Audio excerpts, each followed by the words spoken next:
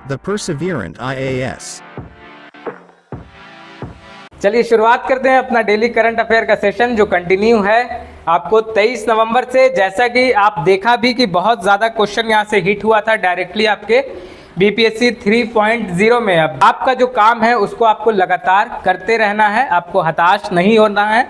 ये सब आपके लाइफ का पार्ट है, ठीक है। तो इससे यहाँ पे आपको आके निराश नहीं होना। आप जैसे आपकी निराशा तब खत्म होनी चाहिए जब आपकी तैयारी तब रुकनी चाहिए जब आपको एक प्रॉपर रिजल्ट मिल जाए, ठीक है। तो अभी आपके एग्जाम का पार्ट है, इसको आप एक फेस समझ कर गुजार दीजिए, लेकिन आपको कंटिन्यू रहना है और लगातार प्रयास करते रहना है जब तक आप सफल ना हो, जब तक आपके पास एक रिजल्ट ना हो, ठीक है।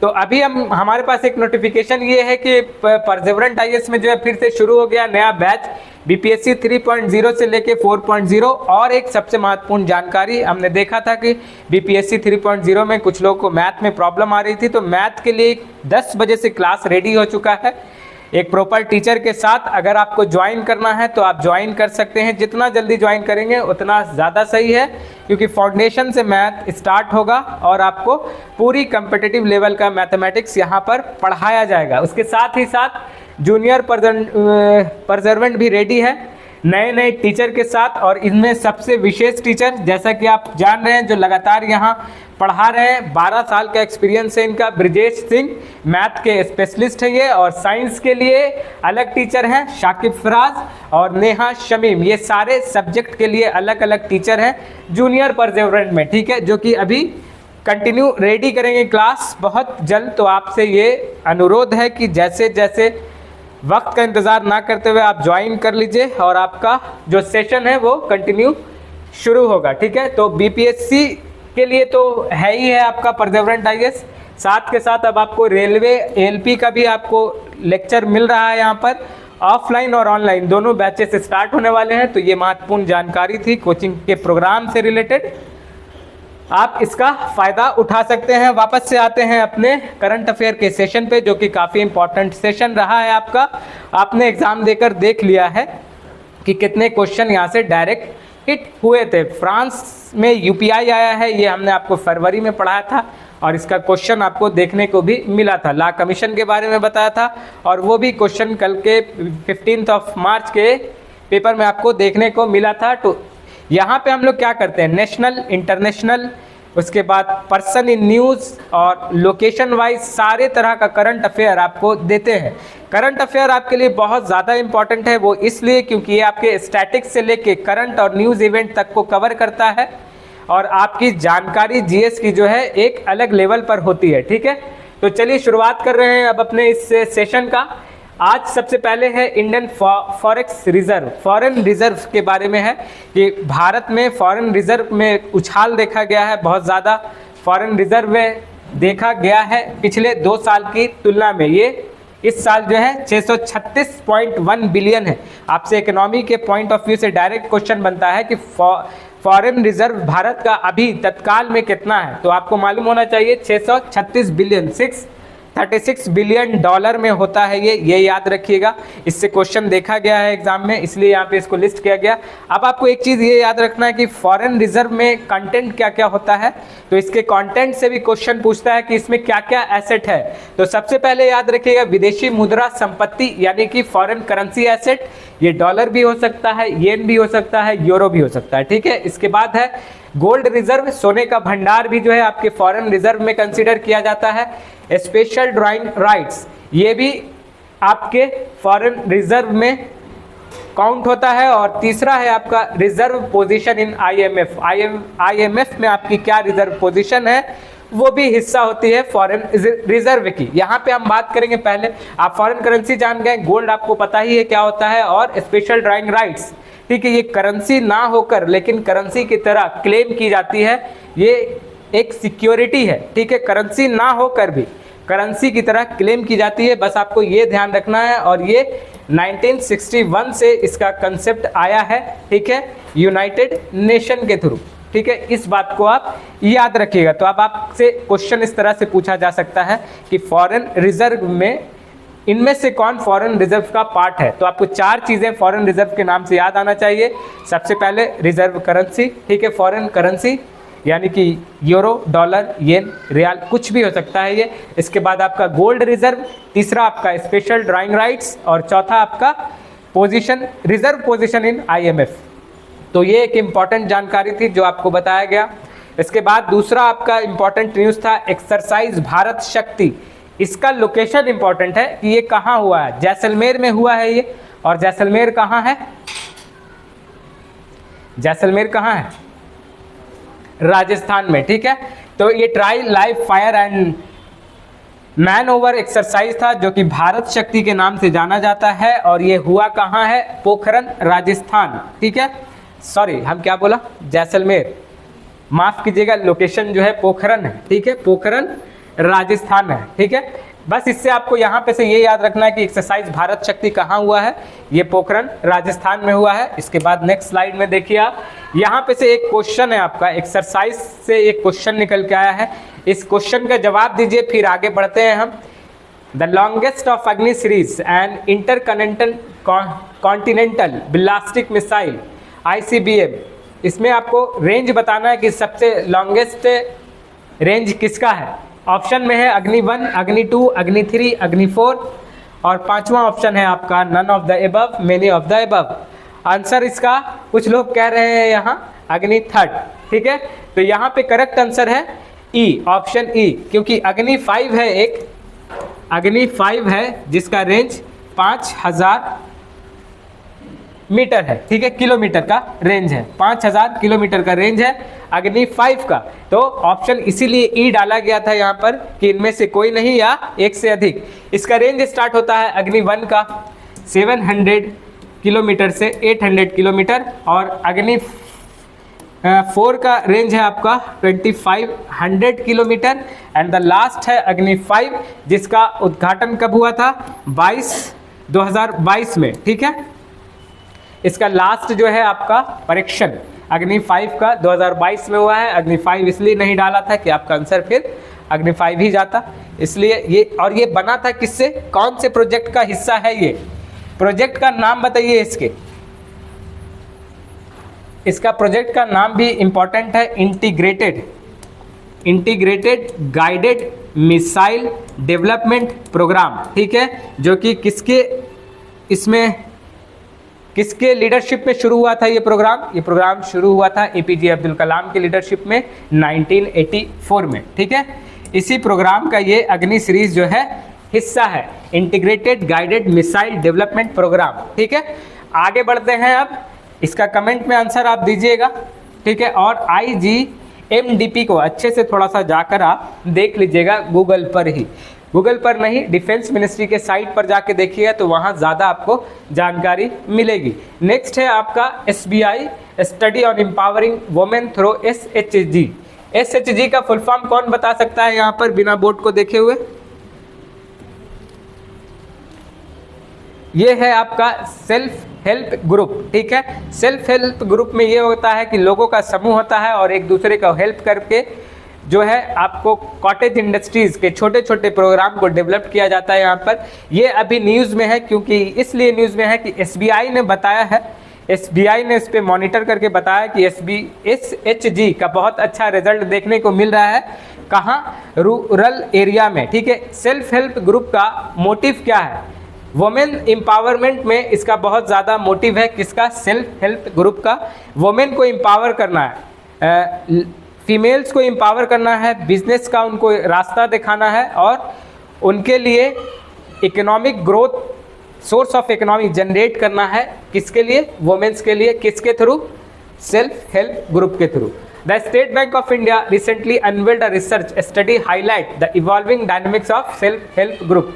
सेल्फ हेल्प ग्रुप जो है किस तरह से जो है गवर्नमेंट के प्रोग्राम को का फ़ायदा उठा रहे हैं, वो इसके बारे में कौन करके बताया आपको? SBI। जब सेल्फ हेल्प ग्रुप का नाम आए तो आप मॉनिटर करने की बात करें कि सेल्फ हेल्प ग्रुप को कौन मॉनिटर कर रहा है, कौन सा बैंक मॉनिटर कर रहा है, तो आपको क्या याद आना चाहिए उस टाइम? SBI। हालांकि SBI के अभी बहुत ज़्यादा बुरे दिन चल रहे हैं, आपको मालूम है किस लिए, ठीक है।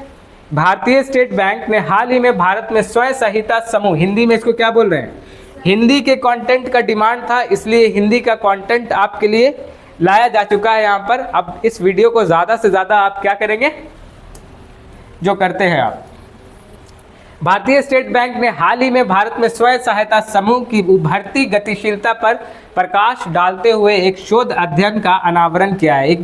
एक शोध हुआ है, रिसर्च हुआ है, किसके थ्रू, कि सेल्फ हेल्प ग्रुप को कैसे हेल्प मिल रहा है बैंकिंग के थ्रू। और इसमें जो है एक लखपति दीदी स्कीम निकल कर सामने आया। ये स्कीम बहुत इंपॉर्टेंट है, इससे आपको, इसीलिए इसको यहाँ पे शो किया गया है। लखपति दीदी स्कीम से आपसे डायरेक्ट पूछा जा सकता है कि इसका ऑब्जेक्टिव क्या है। दूसरी बात ये कि कब आया है ये, ठीक है, तो कौन से ईयर में ये आया है, तो साल 2023 में आपको ये स्कीम लॉन्च हुआ था। देखिए, हाँ, the program was launch in 2023 with an initial target of 2 crore. याद रखिएगा, पहले 2 करोड़ वुमेन को सपोर्ट करने का ये था, टारगेट था। बाद में ये टारगेट बढ़कर कितना हो गया है, 3 करोड़ का साल 2024-25 तक, ठीक है। दूसरी बात आपको ये ध्यान रखना है कि इसका ऑब्जेक्टिव क्या है। इसका ऑब्जेक्टिव ये है कि महिलाओं को इतना सपोर्ट करना कि कम से कम उनका सालाना इनकम 1 लाख रुपए तक का हो जाए, ठीक है। ये किसका ऑब्जेक्टिव है, कौन से स्कीम का, लखपति दीदी का, ठीक है। देखिए 1 लाख पर ईयर। आगे देखते हैं नेक्स्ट क्या इंपॉर्टेंट है आपके लिए। तो नेक्स्ट क्या है, देखिए ये फाइनेंस मिनिस्टर है आपको, इनको अच्छे से जानते हैं आप लोग, निर्मला सीतारमण, ठीक है। ये क्यू फीचर है लखपति दीदी स्कीम का, जो आपको हमने पहले ही बता दिया। आगे नेक्स्ट देखिए क्या है इंपॉर्टेंस। और देखिए SHG सेल्फ हेल्प ग्रुप का मॉडल जो है कहाँ से लिया गया, ये आपसे पूछा जा सकता है, क्योंकि SHG जो है अभी बहुत ज़्यादा न्यूज़ में है। तो इसके स्टैटिक से आपसे क्वेश्चन बन सकता है कि ये कहाँ से लिया गया ये कंसेप्ट। ये कंसेप्ट जो है 1984 में इंट्रोड्यूस हुआ था, किसके through, inspired by professor Yunus model. कौन सा मॉडल था ये कॉपी है, ग्रामीण बैंक मॉडल का कॉपी है ये आपका सेल्फ हेल्प ग्रुप, ठीक है। और इसके बाद ये काफ़ी सक्सेस रहा था, कहाँ याद रखिएगा, 3-4 जगह जो है ये काफ़ी सक्सेस रहा, इसीलिए इसको जो है पूरे इंडिया में इम्प्लीमेंट किया गया है। कुदुम श्री इन केरला, याद रखिएगा, और महिला आर्थिक विकास मंडल इन महाराष्ट्र, ठीक है। एंड लोमोस ऑफ लद्दाख, यहाँ पे जो आप पश्चिमाना ब्रांड का जो शॉल देखते हैं, जो सबसे ज़्यादा फेमस है, वो इन्हीं के द्वारा तैयार किया गया है। Looms of Ladakh with 427 self help group के through 427 women self help group members recorded 34 lakh in financial year 2022-23 and 42 lakh in first 10 month of 2023-2024। तो देखिए कितना ज़्यादा हेल्प हो रहा है इकोनॉमी को, एक रीजनल स्टेट को कितना ज़्यादा बेनिफिट हो रहा है SHG का, ये कितना ज़्यादा सक्सेस है, आप इससे अंदाज़ा लगा सकते हैं, ठीक है। तो ये लोकेशन याद रखिए कि कहाँ ये मॉडल जो है अपनाया गया था पहले, और ये मॉडल कहाँ से इंट्रोड्यूस हुआ है। ये मॉडल इंट्रोड्यूस हुआ है किनके द्वारा, प्रोफेसर यूनुस के द्वारा। ग्रामीण बैंक मॉडल था ये, उसी के कंसेप्ट पे आया है आपका सेल्फ हेल्प ग्रुप मॉडल। आगे देखिए नेक्स्ट क्या है, इंटरनेशनल नारकोटिक्स कंट्रोल बोर्ड। ये एक बॉडी है जो कि ड्रग्स ट्रैफिकिंग को देखती है, मॉनिटर करती है और उस पर शिकंजा कसती है, उसको रोकने का काम करती है। कौन, इंटरनेशनल नारकोटिक कंट्रोल बोर्ड।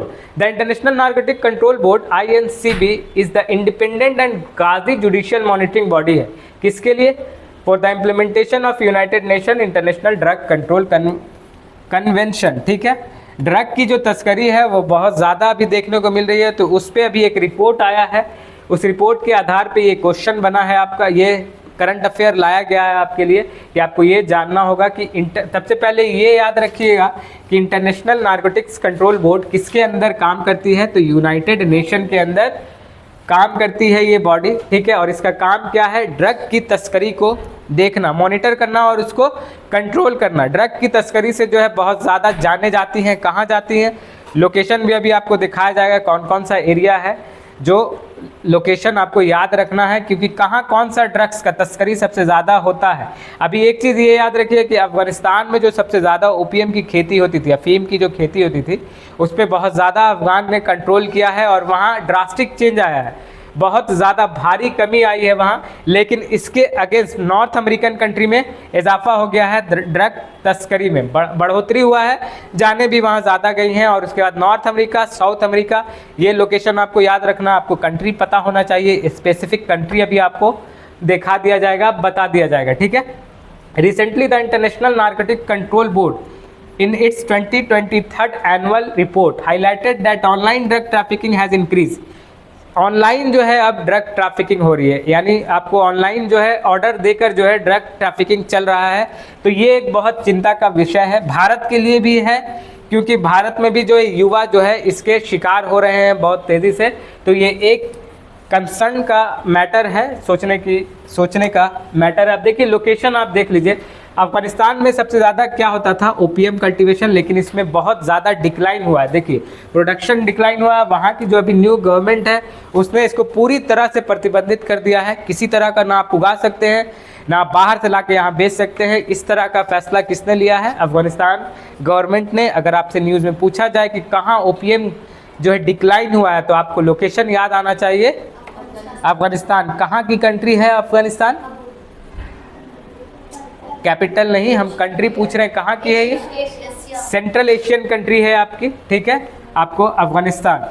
और देखिए कि दूसरा लोकेशन कौन सा है ड्रग ट्रैफिकिंग में न्यूज़ में, दूसरा लोकेशन आपको बेसिन, कौन सा, अमेजॉन बेसिन। अमेजॉन बेसिन कहने का मतलब है कौन से कॉन्टिनेंट की बात हो रही है, अमेजॉन बेसिन का मतलब south America, very good. South America में जो ब्राज़ील है वहाँ सबसे बड़ा सिस्टम है किसका, अमेजॉन बेसिन सबसे बड़ा वहीं पर है। और वहाँ पे भी जो है ड्रग ट्रैफिकिंग ऑर्गेनाइजेशन कंटिन्यू कर रहे हैं, क्या एक्सपैंड कर रहे हैं, इलीगल लॉगिंग जो है वहाँ सबसे ज़्यादा देखा जा रहा है। और एक चीज़ वहाँ देखी जाती है क्या, वाइल्ड लाइफ ट्रैफिकिंग, दोनों चीज़ का वहाँ पे ख़तरा बना हुआ है, इलीगल ट्रैफिकिंग का और आपको ड्रग ट्रैफिकिंग का, ठीक है। और इसके बाद कौन सा लोकेशन आपको याद रखना है, कोलंबिया, ठीक है, पेरू, ठीक है। ये दोनों जगह जो है, कोलंबिया में 13% और पेरू में 18% जो है ड्रग ट्रैफिकिंग एक्टिविटी इंक्रीज की है। तो लोकेशन आपके लिए बहुत ज़्यादा इंपॉर्टेंट है। साउथ एशिया में आप देख सकते हैं, हमने बात की थी किसकी, अफगानिस्तान से यूरोप, लेकिन अफगानिस्तान पूरी तरह से डिक्लाइन कर चुका है।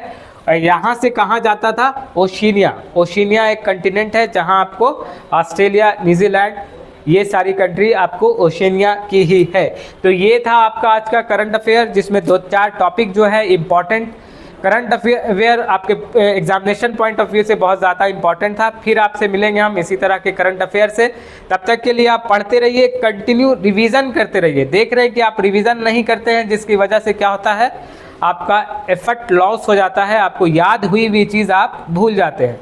तब तक के लिए पढ़ते रहिए, फिर आएंगे आपके सामने नया सेशन लेके। Thank you.